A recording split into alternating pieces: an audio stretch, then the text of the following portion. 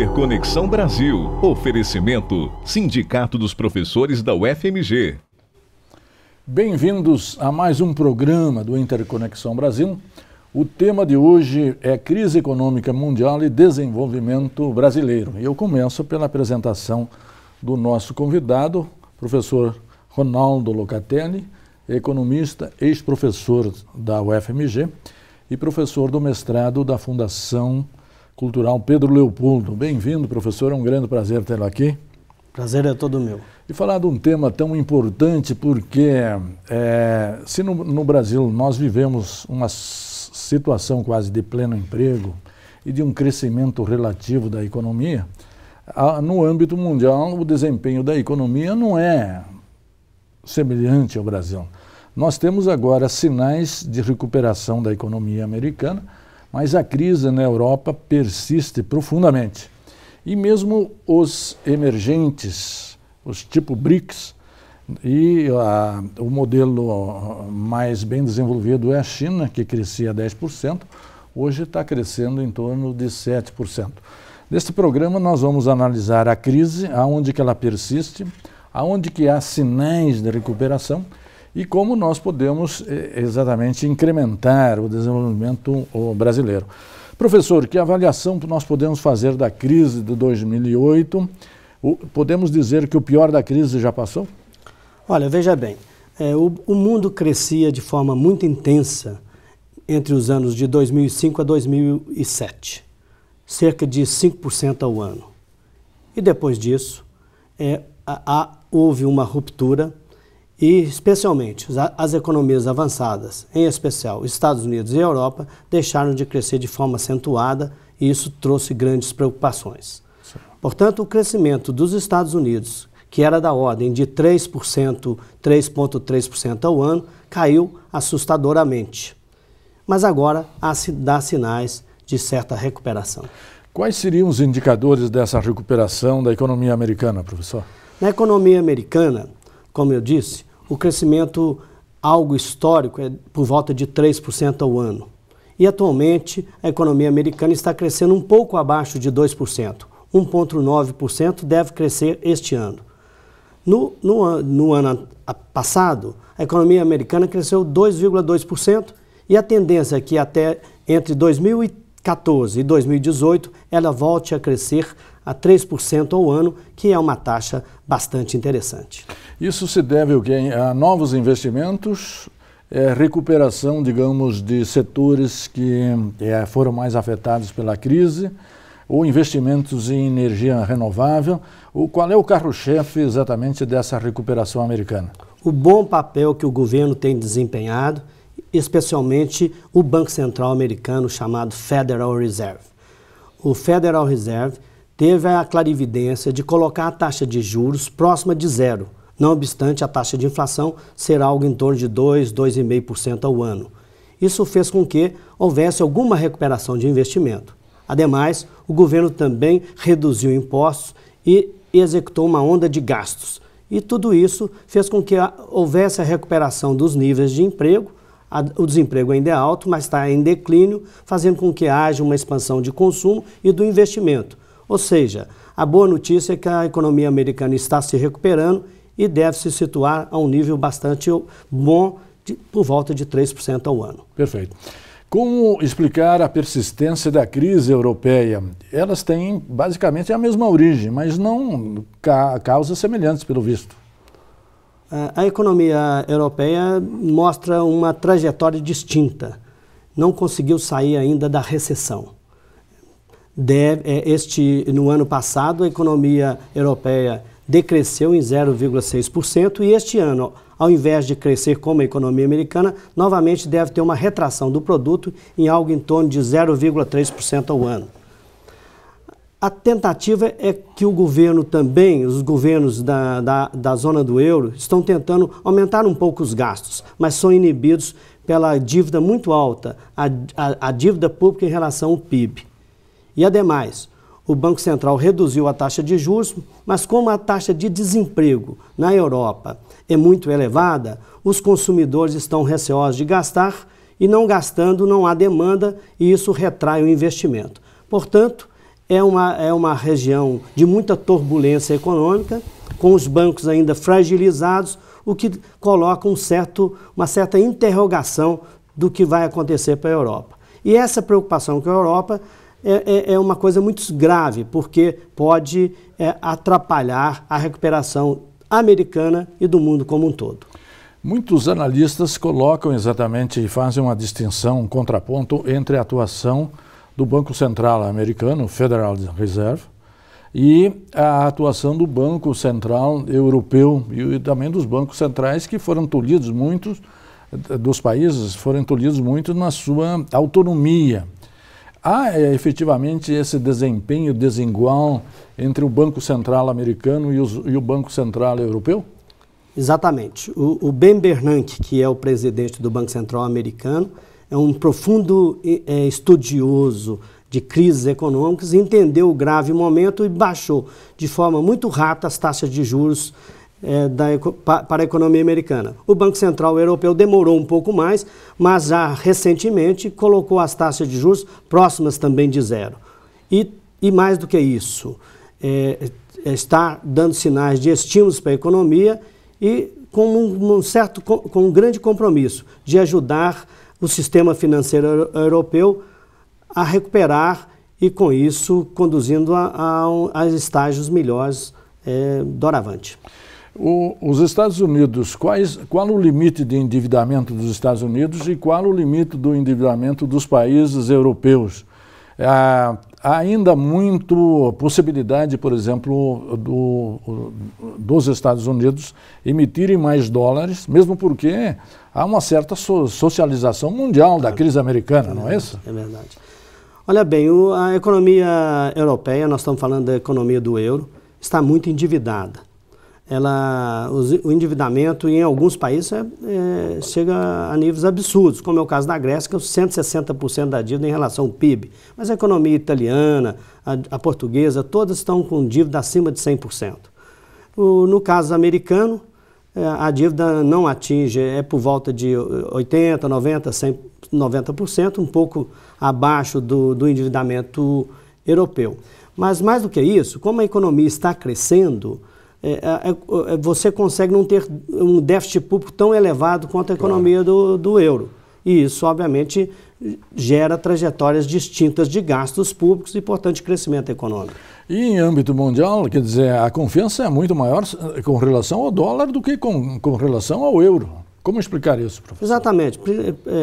Primeiro, com essa recuperação americana, é uma economia pujante. Nós devemos lembrar que os Estados Unidos produzem alguma coisa em torno de 19% do PIB mundial. E tem uma população, em termos de participação no mundo, de apenas um pouco abaixo de 5%. Então é uma economia extremamente forte. Né? E ela tem capacidade de arrasto das demais economias.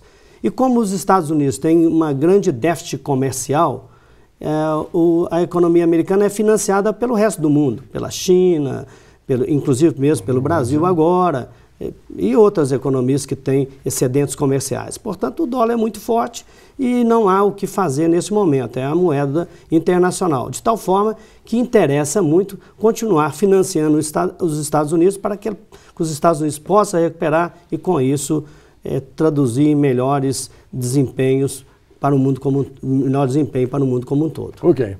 No segundo bloco, nós voltamos analisando a economia dos países emergentes, com destaque propriamente para a China. Um instante só, voltaremos já.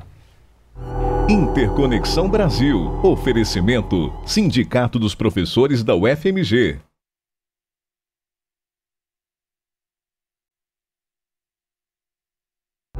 Interconexão Brasil. Oferecimento: Sindicato dos Professores da UFMG. Bem-vindos ao segundo bloco. Nós estamos analisando a crise econômica mundial e o desenvolvimento brasileiro. No primeiro bloco, nós situamos os efeitos da crise sobre os Estados Unidos, que começa a se recuperar, e sobretudo na Europa. Qual o desempenho e qual o efeito da crise econômica mundial nos países emergentes? Olha, eu vou centrar no início nos países asiáticos, especialmente na China e na Ásia. Sim. Esses países, como nós sabemos, têm hoje um grande desempenho econômico. Vinham crescendo por volta de 8%, sendo que a China crescia até 11% ao ano. Com a crise, esse crescimento sofreu uma certa desaceleração, mas de qualquer forma o crescimento médio desses dois países é por volta de 7%. E o crescimento destes países, especialmente a China, era baseado nas suas exportações para o resto do mundo, em especial para os Estados Unidos e um pouco para a Europa. Obviamente, com a queda da demanda externa, a produção chinesa também deu sinais de desaceleração. Portanto, hoje o grande dilema para a China é: ela precisa crescer para gerar empregos, para atrair mão de obra do campo para a cidade, mas não conta com uma demanda externa aquecida. Eles devem se voltar mais para o estímulo ao consumo interno. Mas o grande problema é a inflação. De quando em quando há uma ameaça de inflação na China, de tal forma que ela não pode muito contar com a demanda doméstica. Portanto, a China não deve voltar ao crescimento nos próximos anos a experimentar crescimento por volta de 11% ao ano. Mas nós estimamos que o crescimento possa situar em torno de 7,5%, 8% nos próximos 4 anos. E se nós pensarmos, por exemplo, a Rússia, a África do Sul e eventualmente a Índia, que perspectiva a gente tem? Destes, a Índia, em termos de crescimento, tem uma perspectiva melhor. Deve crescer por volta de 6% ao ano, fruto do grande mercado interno. Já a Rússia é como o Brasil, depende muito das exportações de commodities. No caso da Rússia, produtos de energia, basicamente petróleo, gás. E o Brasil, commodities agrícolas. Portanto, esses dois países, Brasil e Rússia, foram muito afetados pela crise econômica e a sua trajetória de crescimento nos próximos anos deve ser mais ou menos equivalente a algo em torno de 3%, 3,5% de crescimento até 2018. E se nós olhamos a América Latina no seu conjunto, o que dizer do seu desempenho, professor? Olha, nós temos aqui também algumas trajetórias distintas. Os países que vão melhor hoje na América Latina são Peru, Chile, Colômbia. De outro lado, nós temos países que vão muito mal. Nesse caso, nós colocamos a Venezuela e em seguida a Argentina. E o Brasil seria uma trajetória mediana. Mas o Brasil está crescendo muito menos do que deveria e o que poderia, mas certamente deveremos tratar desse tema mais à frente. Perfeito.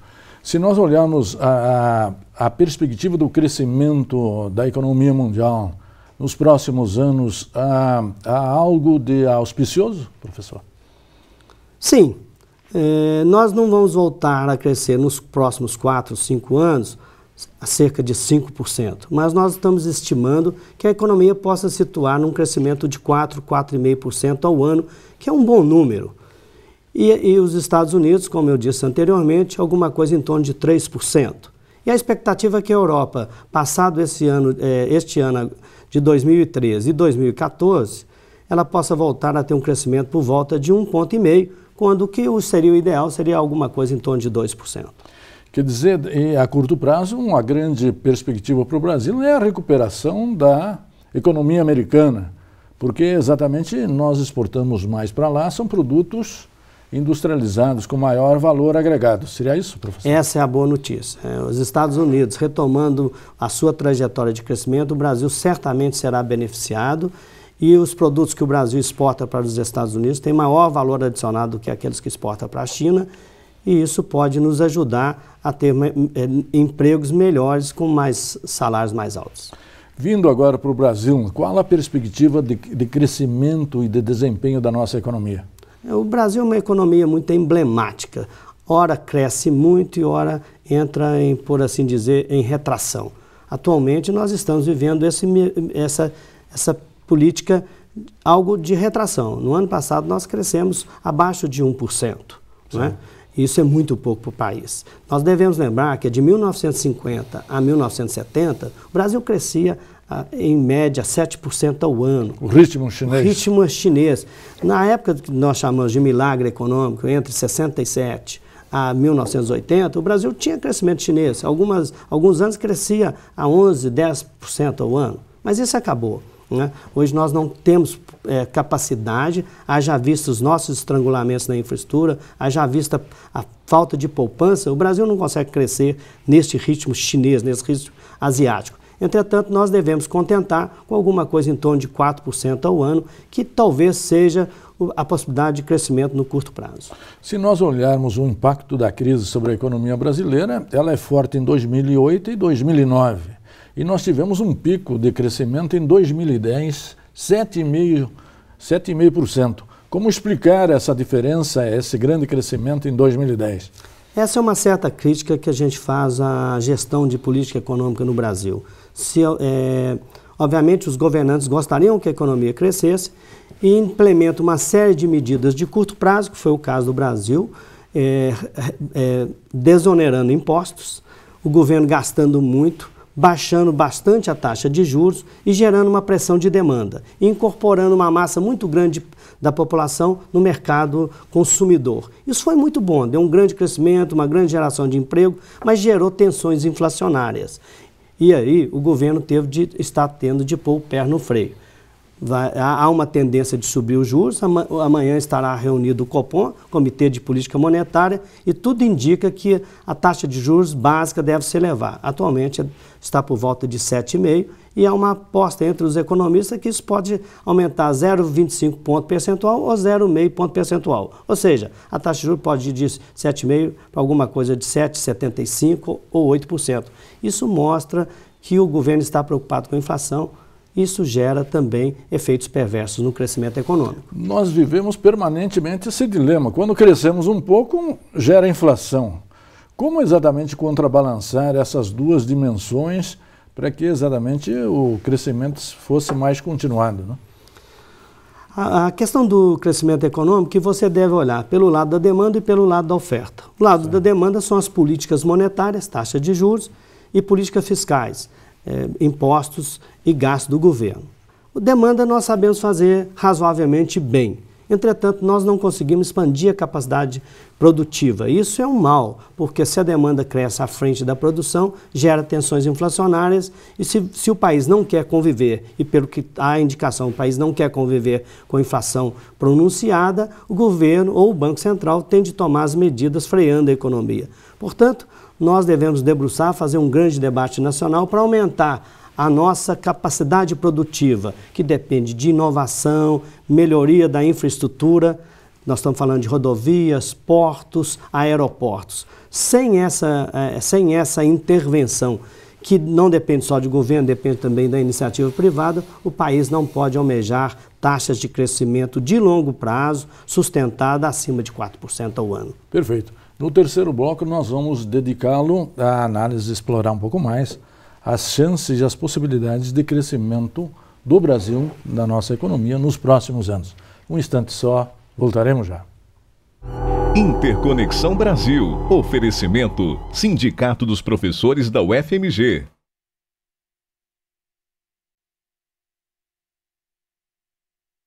Interconexão Brasil. Oferecimento: Sindicato dos Professores da UFMG. Bem-vindos ao terceiro bloco. Nós estamos discutindo crise econômica mundial e desenvolvimento brasileiro. No primeiro bloco, nós analisamos o desempenho das economias dos países mais dinâmicos, Estados Unidos e Europa, chamados desenvolvidos. Analisamos no segundo bloco a economia dos países emergentes e já estamos tratando exatamente do crescimento brasileiro nos próximos anos, né?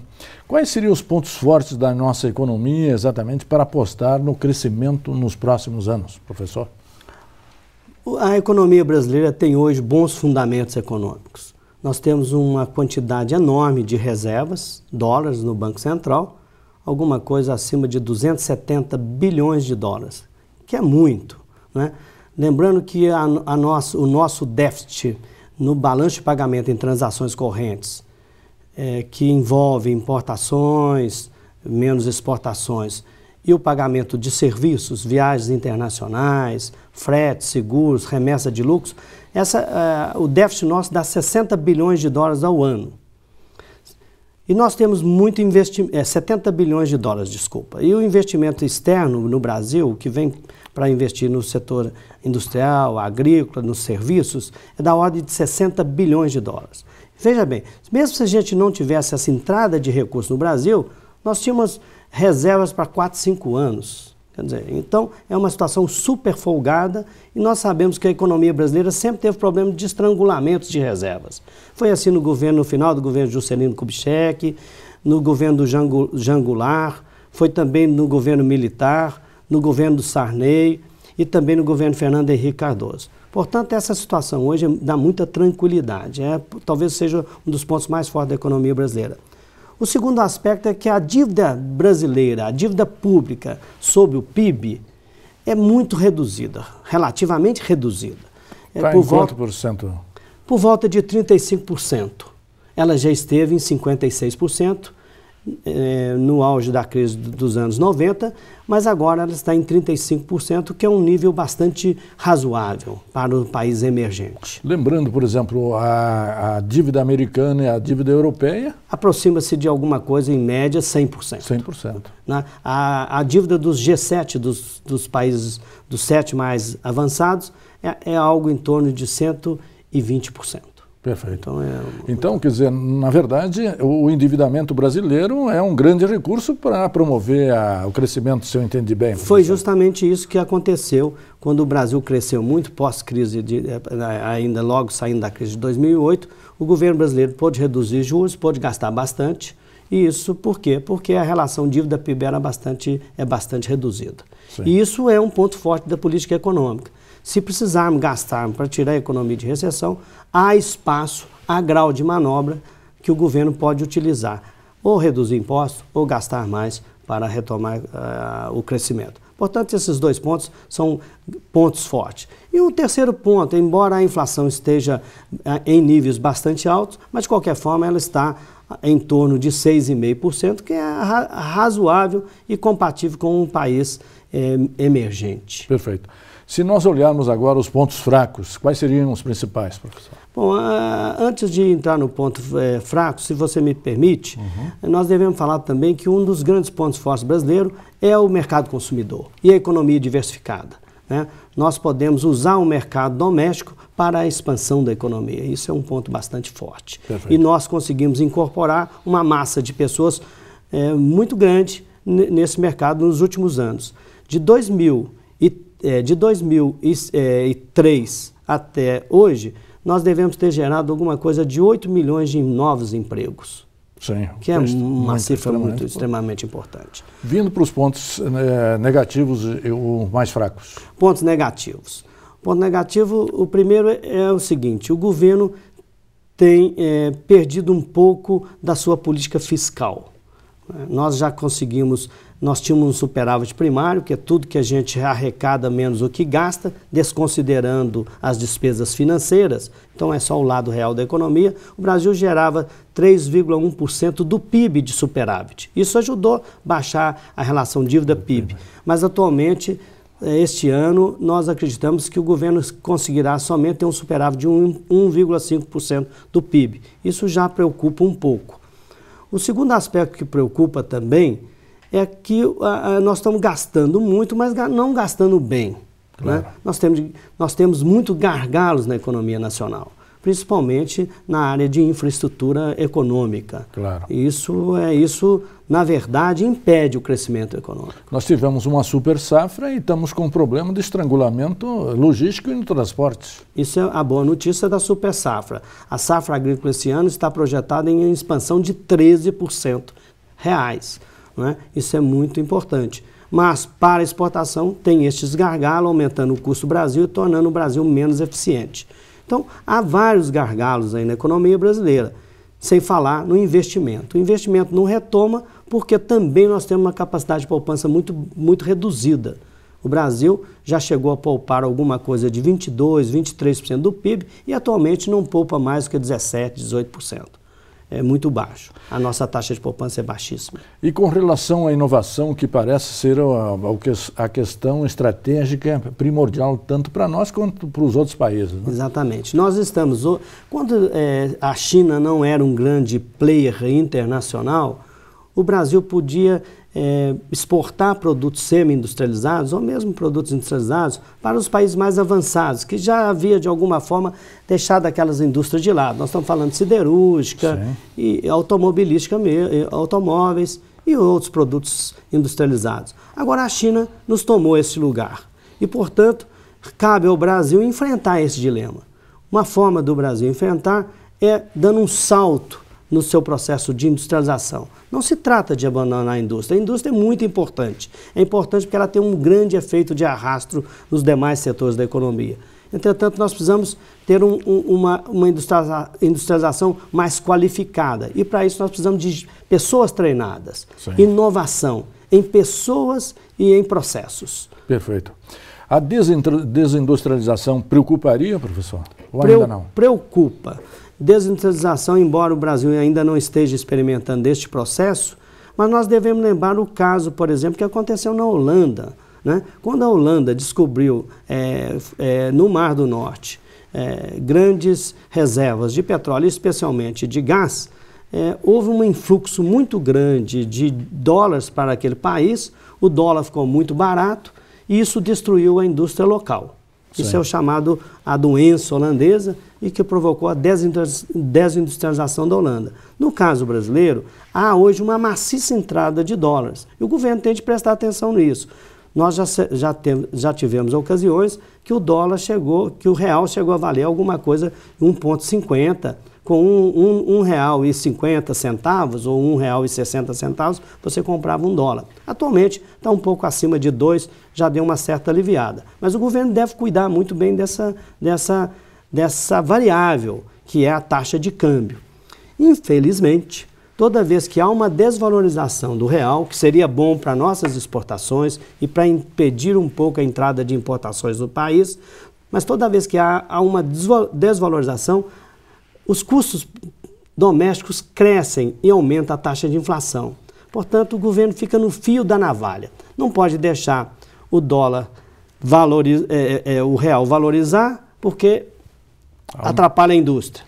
Mas não pode desvalorizar muito porque reflete na inflação. Então é uma sintonia fina e isso precisa ser bem cuidado. Perfeito. Esse é um pouco o nosso dilema. Quer dizer, quando crescemos, temos do outro lado a necessidade de controlar a inflação, porque mesmo hoje a estabilidade é uma grande conquista do povo brasileiro. Professor, queria agradecer a sua presença aqui no Interconexão Brasil, pelos seus esclarecimentos. Apresentamos a você, telespectador, um panorama dinâmico da economia mundial, pegando os países desenvolvidos, a crise na Europa e a perspectiva de crescimento dos países emergentes e dentro deles o Brasil.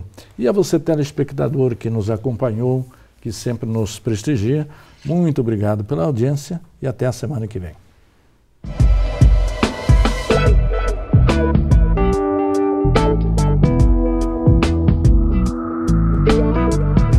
Interconexão Brasil. Oferecimento: Sindicato dos Professores da UFMG.